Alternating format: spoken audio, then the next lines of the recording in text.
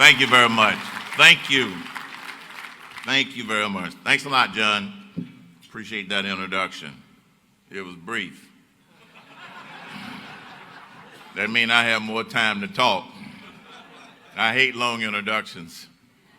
If you stayed out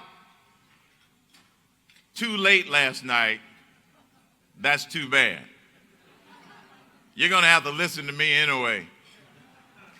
I'm delighted to be here for a number of reasons, one of which is I see a lot of familiar faces and a lot of friends in this audience, and I want to thank you for the support you have given me over the years, not just as a radio talk show host, but when I was a candidate in this state for the United States Senate and when I was a candidate for president. Thank you for all of the support you gave me.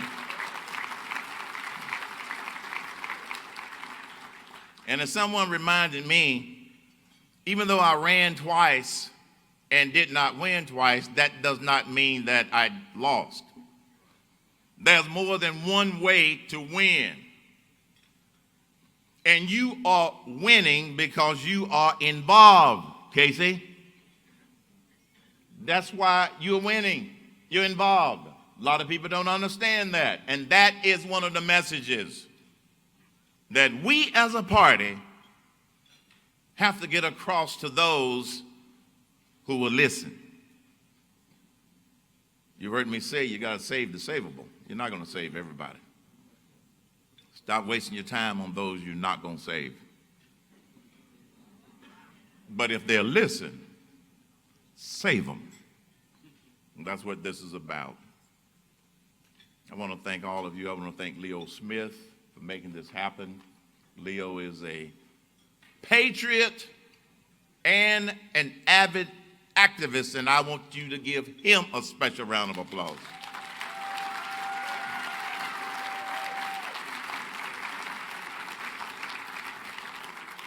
And when Leo comes knocking, open the door. I did. And that's why I'm here, because I have a great amount of respect for him and his devotion and participation to what's going on in this great party. Life, liberty, and the pursuit of happiness. We are all familiar with those very famous principles of the Declaration of Independence. That's how this nation started. It is still the foundation of this nation. The foundation has not changed, but some people's interpretation of it has changed. I consider myself a conservative who votes Republican, who happens to be black. I don't get worked up over all of this color stuff. I'll say it. I'm a conservative who votes Republican, who happens to be black.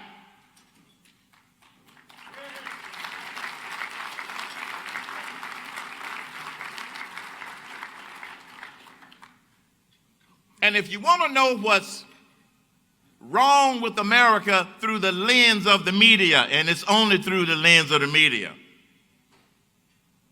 you got to separate the lens of the media from America. Don't confuse the two. Through the lens of the media, they are trying to project an America that's life, light, liberty, light, and the pursuit of happiness, light. And the thing about the Republican Party in Georgia and nationally is that we don't do life, liberty, and the pursuit of happiness light. That's a conservative. Now, there's another part of that Declaration of Independence that a lot of people don't get to. You have to read the second paragraph. It says, whenever any form of government becomes destructive of those ends, it is the right of the people to alter or abolish them. We be the people. That's why you are involved. Because if there are some things you don't like that are threatening those principles, it is our right and our responsibility to correct them through the process. Through the process.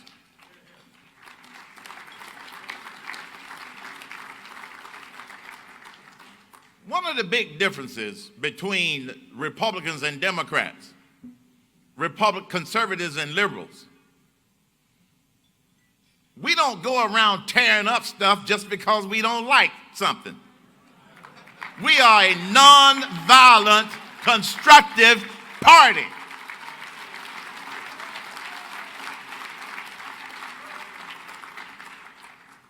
Now, Alec can tell you, I'm not mad at you, I'm just passionate about this crap. Every time they don't like something, they want to destroy or tear up something. What about the process? It makes the news, and they're looking for the camera or the microphone. That's not what we are about as a party, folks, and that is a good thing. That is a good thing. But we have a responsibility and a right to try to correct things that we don't like about the lens of the media. Don't forget to separate the lens of the media from the rest of the nation. Scott Rasmussen, who many of you all have seen, read a lot of his works, coined a perfect description of where America is today. I gave him credit for it the first time, but I ain't giving him credit for it anymore after this. Government is broken. America is not.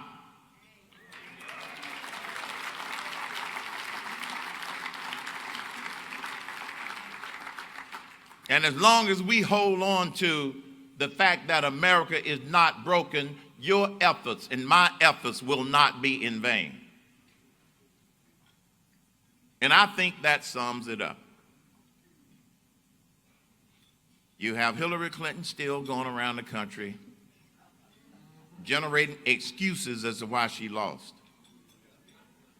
I can tell you why she lost. You know why she lost. Number one, she was a terrible candidate. Water. Number two, she was a terrible candidate. And I'm going to let you guess number three. It didn't have anything to do with the DNC, Casey. It didn't have anything to do with that. Terrible candidate. You didn't know what she stood for, and the Democrat Party assumed, there's that word, that she was going to win because it was her turn. Republicans don't do that most of the time. Most. Sometimes we fall into that trap. There are three things I want to share with you very briefly. Three things I want to share with you very briefly. John didn't tell me how long to speak, so I'm going to take some liberties. Three things. Unity, unity, unity.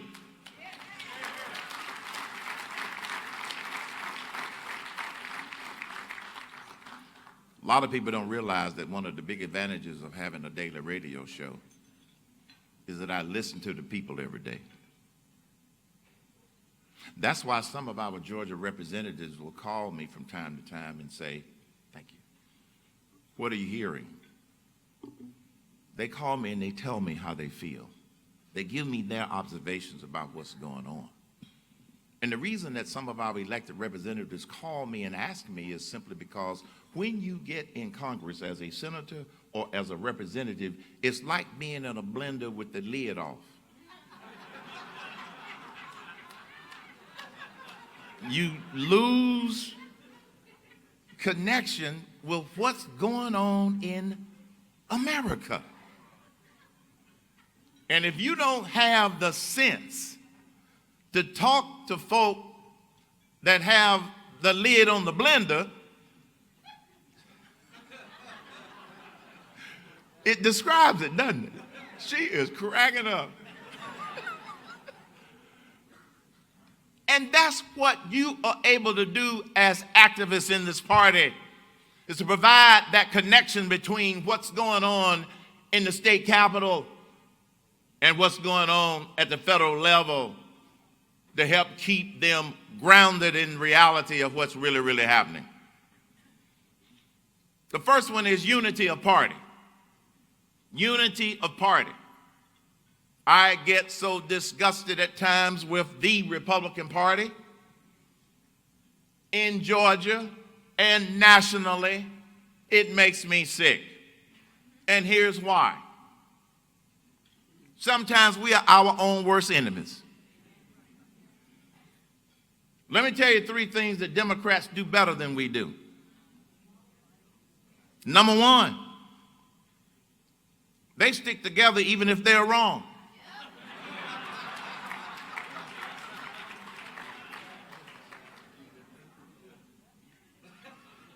They can be wrong as dirt, but they stick together.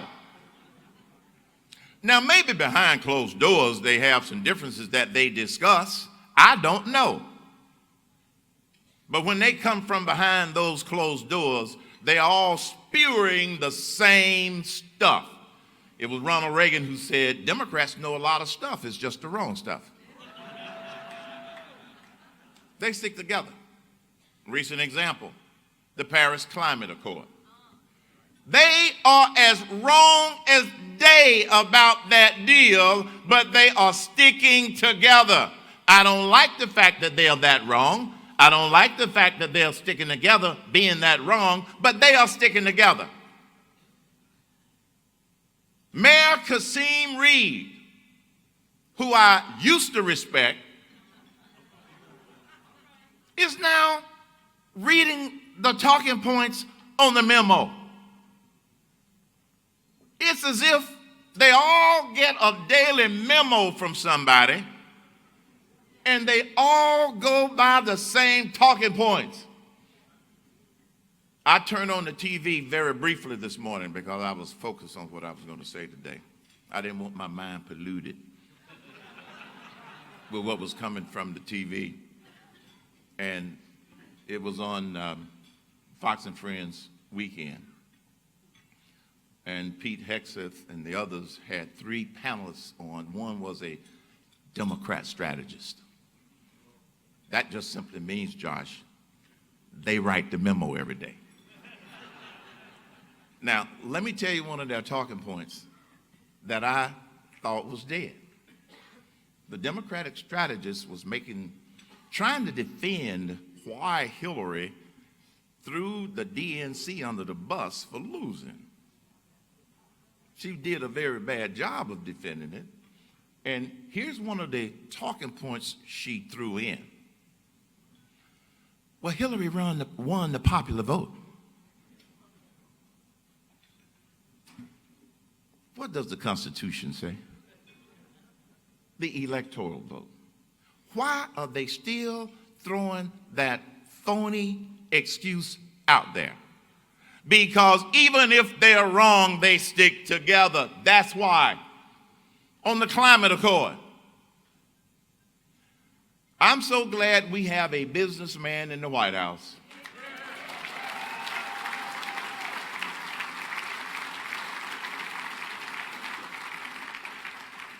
It makes a difference. Now, the lens of the media wanted you to believe, leading up to that announcement the other day, that he might not pull out. They wanted to raise the speculation that maybe he's going to renege on a promise. I wasn't worried. A businessman does not support a bad deal, period. And that's how he has performed his very short time in office. If it was a bad deal, he's going to take a look at it. He didn't make a political decision because he made a promise. He made a business decision because it was a bad deal. And the liberals' heads are still exploding because they don't understand making a decision that's good for the people and good for the nation. They don't understand that. You do. That's what makes us as Republicans different. We make decisions based upon what's good for the state, what's good for the people, what's good for the nation. But even if they're wrong, they stick together. Paris Accord. If the Paris Accord had been carried out over the time expected, maybe a decrease in the temperature of the world's climate by 0.2% Celsius for $300 billion from the United States of America. You don't have to be a rocket scientist to figure out that is a stupid deal.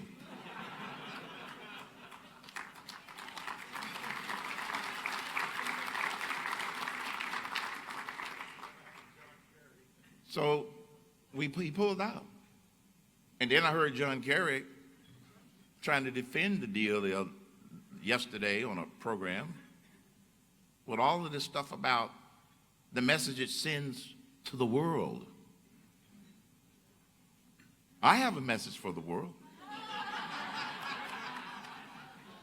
America first.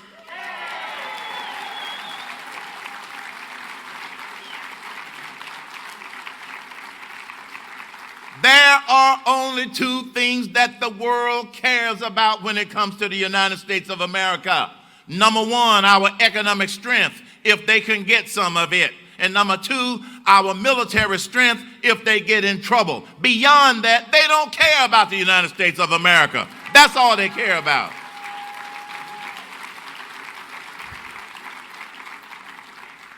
That's not being non-compassionate.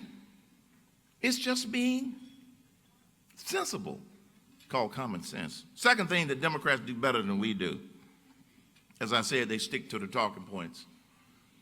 Last Monday was Memorial Day. As we observe all of those who had paid the ultimate price, we should never forget. And as one veteran said, if you have lost a loved one, every day is Memorial Day. And that is absolutely true. So all of those that paid the ultimate price, those that served, those that are still serving, those that are veterans, let's give all of them a round of applause. Thank you, sir.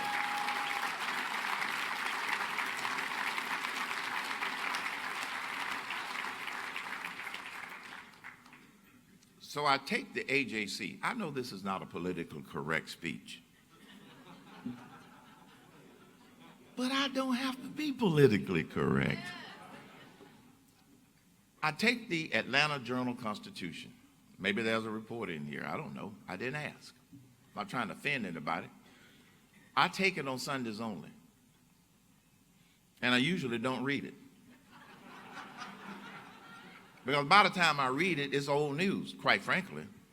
Being on the radio, I have to be up with the news, so I have to use digital sources to be able to share with you my perspective of what's going on in the world. But last Monday, sitting around, just relaxing and chilling, I thought I would open up the paper to see if there were any major changes to it.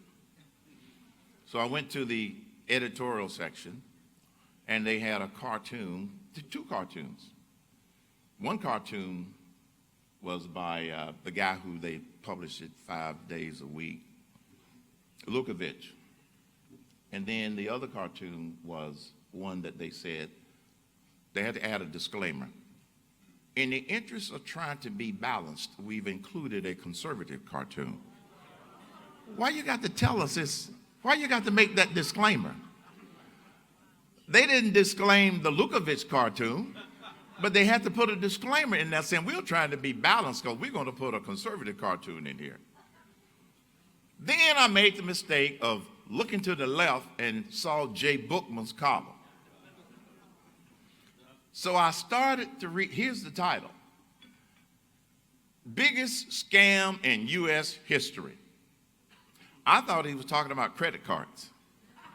I thought he was going to talk about, identity theft. I thought he was going to talk about that kind of stuff. Halfway through the article, all it was about was how Donald Trump had broken all of his promises and how bad he was as a president. I stopped halfway through the article. I couldn't take it anymore. Here again, sticking to the talking points. That's what they do. Now here's the bad news. 50% of the people who consume any news at all get it from ABC, CBS, NBC, and CNN. That's what we're up against. Just accept it. But they do stick to the talking points. Third thing that Democrats do better than Republicans, they lie.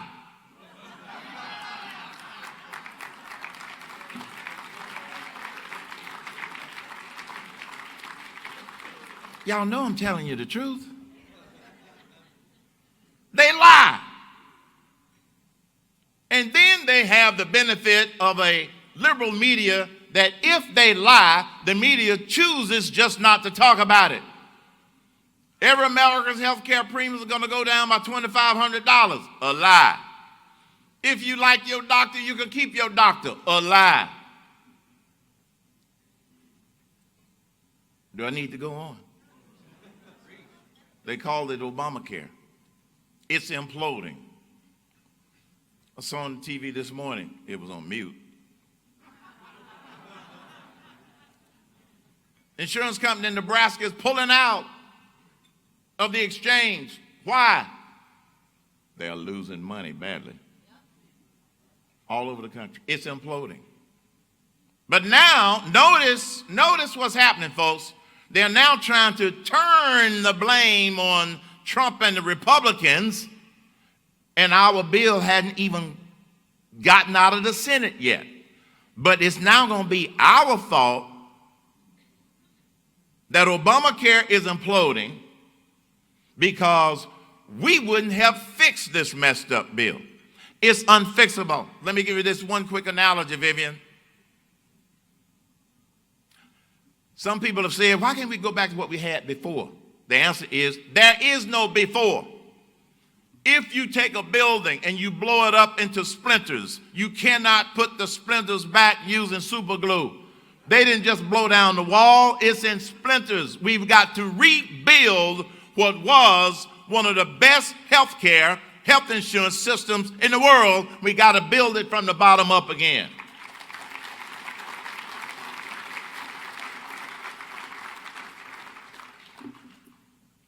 American Health Care Act, the Republican version.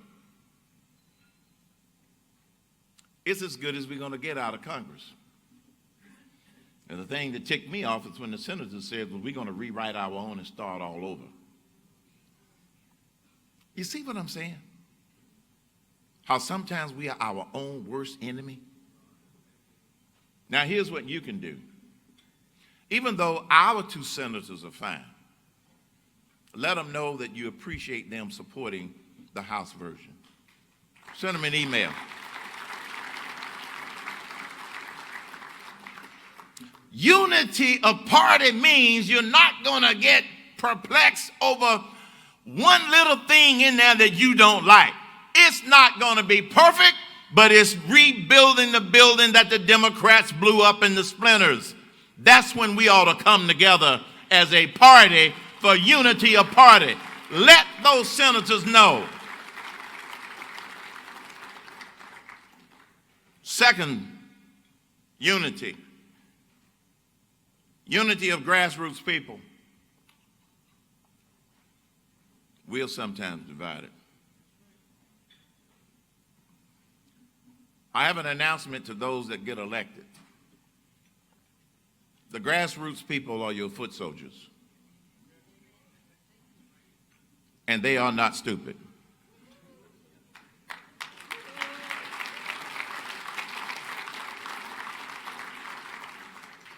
So after you get elected and you think you can do whatever you want to do and you don't want to listen to the grassroots, you're making a bad mistake. Let me tell you what happened to the Democrats in the presidential election. Hillary was a bad candidate, as I indicated. And those Democrats that thought that she was a bad candidate but wouldn't talk about it, you know what they did? They stayed home. Do you want your foot soldiers to sit down on you in 2018? I don't think so. So you got to respect the ones that helped got you there and the ones that can help keep you there. They are not stupid. Secondly, truth matters. Truth matters. Now, I know I'm about to make some people in this room feel uncomfortable. But as my grandfather says, I does not care.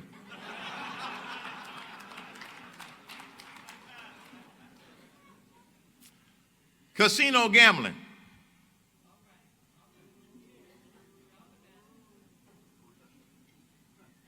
I told you I was going to make some people feel uncomfortable. Allow me to use an example first. Detroit. When they passed casino gambling for the city of Detroit, they thought it was going to be their financial savior. Solve all of their problems. Let me tell you a little secret. Casino gambling does not cover up all your problems. It increases your problems.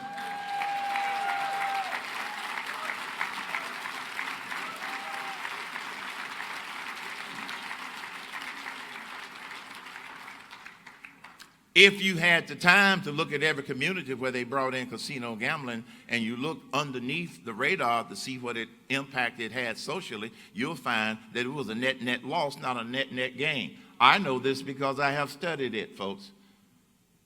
So don't be fooled with the rhetoric, oh, we're going to use the money for education. We're going to do this, and we're going to do this, and we're going to do that. I'm just here to tell you, and if you haven't caught on yet, I do not support casino gambling in the state of Georgia.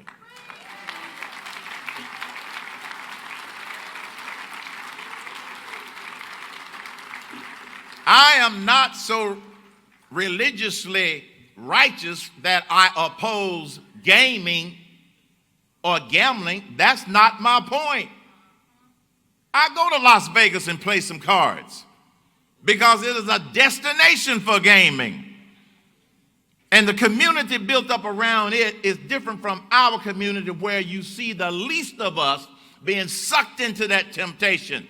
When I was living in Omaha, Nebraska, right across the river from Council Bluffs, I'll never forget, living right across the river from Council Bluffs, they opened up a new casino on the Council Bluff, our side. I was on Omaha side. I like to play table poker. I went over to Council Bluffs to see the new casino. Went in to see the new casino.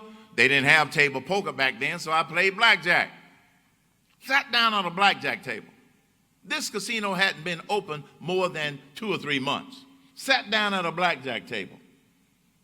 Going to play a few hands of blackjack. A gentleman comes in and sits at the same table, takes out his paycheck that he had just gotten that Friday from the job, went to the table, gave it to the dealer, and the dealer gave him chips for his paycheck, and he hadn't taken it home to mama and the babies yet.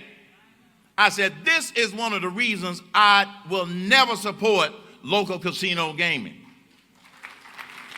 It is a temptation for too many people.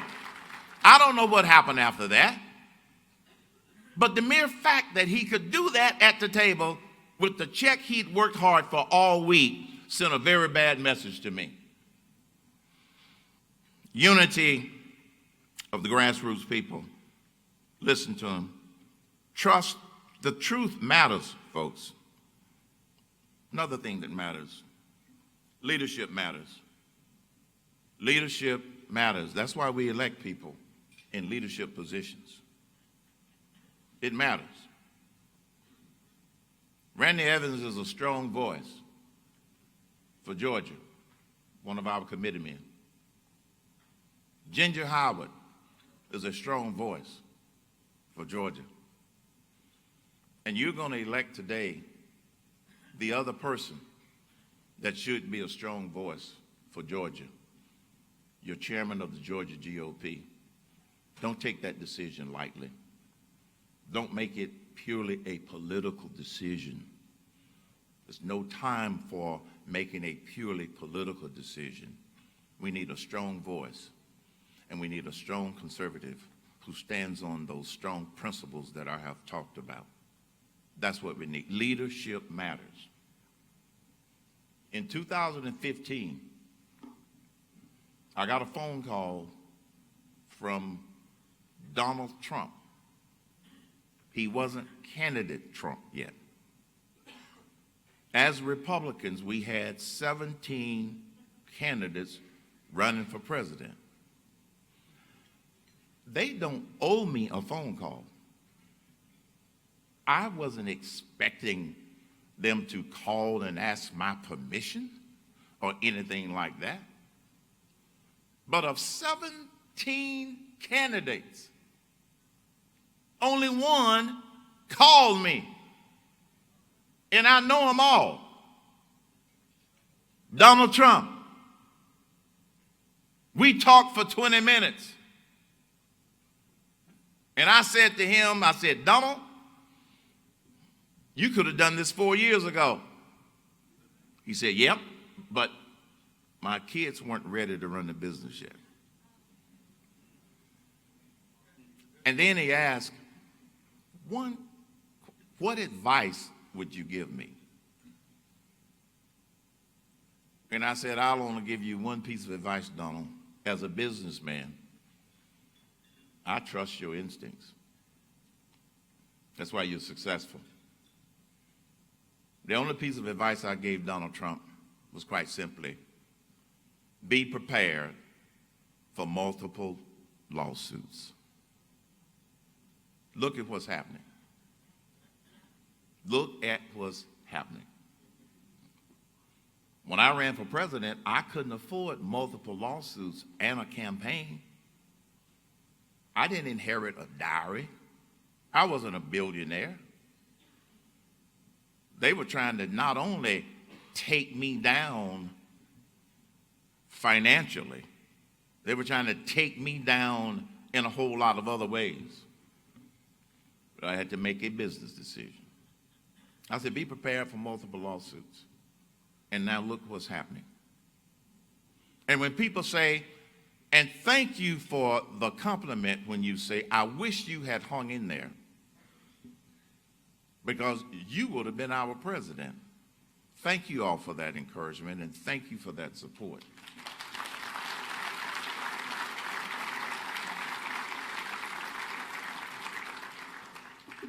Well, let me tell you this.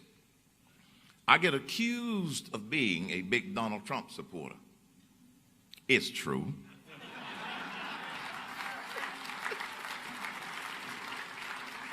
But let me tell you why.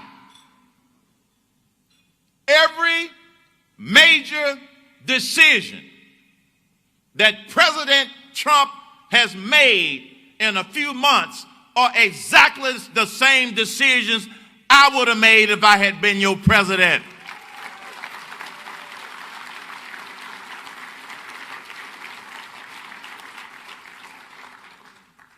Now, I wouldn't have tweeted as much, but I would still be tweeting. I don't think you should give it up. Just need to maybe, tone it down a little bit every once in a while. Resist the urge every once in a while. Don't give it up. Why would you cut off contact? This is why the Democrats keep saying, well, he ought to stop tweeting. Even some of the Republicans are saying, well, he ought to stop tweeting. Why should he cut off contact with 50 million people who's not going to know what he's thinking? I wouldn't cut it off. Maybe you tone it down a little bit, but no, I'd keep tweeting. I'd keep tweeting. Leadership matters. And very briefly, leadership is making sure that you work on the right problems. Rebuilding our health insurance system. This is the right problem. Tax cuts and simplification, the right problems. The right problems. Rebuilding our military, working on the right problem. Fixing the VA for our veterans is working on the right problems. And getting out of bad deals for the United States of America is working on the right problem. As I said, and you heard it here first, I haven't even said it on the radio yet.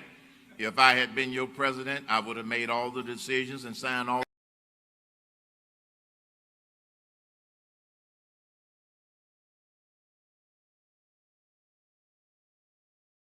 through the lens of the media. You're not going to see that.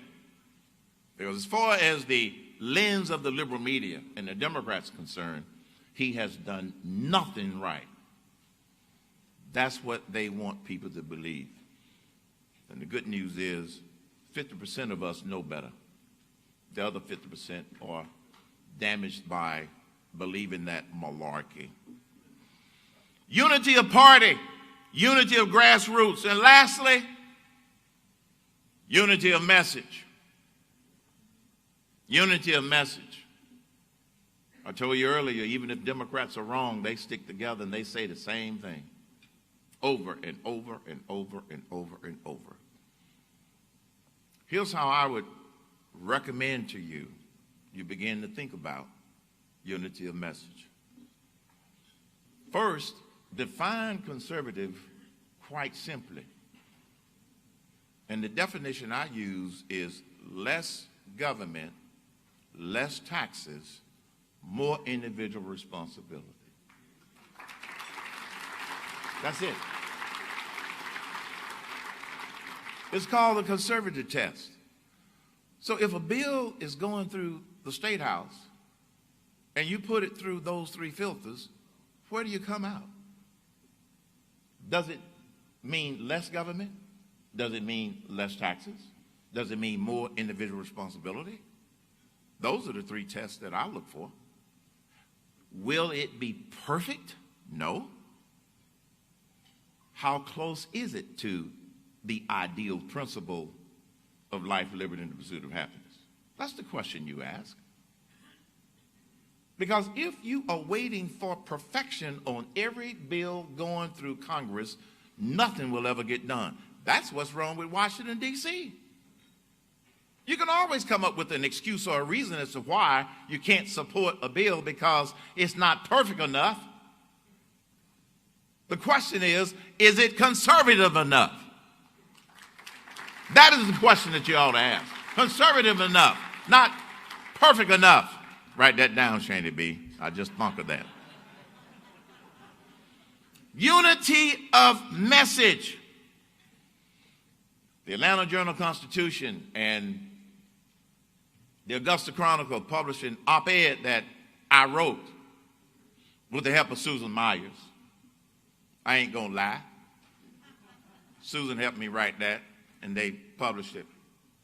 And they entitled it, Bold New Direction for the Georgia GOP, Meeting in Augusta. You don't need a bold new direction. You need a bold new focus. Bold new focus, Vivian. Bold new focus, Michael. Yes, Michael McNeely. I called his name.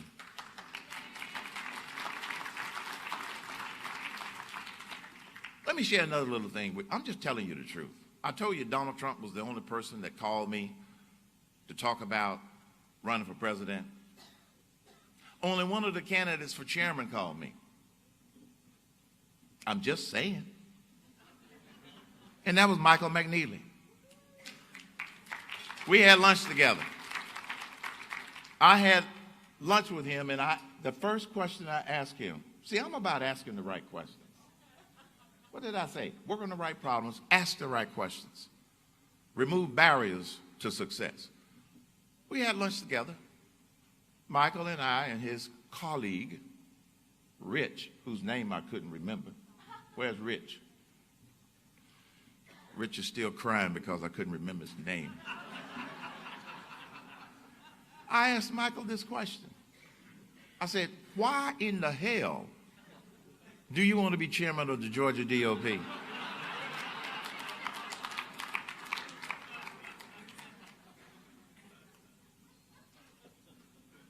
He talked about party unity. He talked about grassroots unity. And he talked about messaging. And I said, isn't that the same problem they have at the national level? He said, yes. My head went boom. He gets it. He gets it. Unity of message. In summary, I know I've thrown a lot of ideas out there toward you. But I want you to remember a few key things. Life, liberty, and the pursuit of happiness. They do not mean life light, liberty light, and the pursuit of happiness light. Secondly, don't allow the lens of the liberal media to distort your brain, your thinking, and your activism. Don't allow it to discourage you from doing what you can do. Because as one writer wrote, life can be a challenge. Life can seem impossible. It's never easy when there's so much on the line. But you can make a difference. There's a mission just for you. Just look inside and you will find just what you can do. Just what you can do. And as an activist in this party, you can do a lot to not only help the state of Georgia, people of Georgia, but you can do a lot also to help the Republicans in Congress. Let them know you're paying attention. Because if they don't believe you're paying attention, they're in that blender with the top off, remember? And they can lose contact. And then the third thing I want you to remember, always remember this. Government might be broken. America is not. Thank you very much.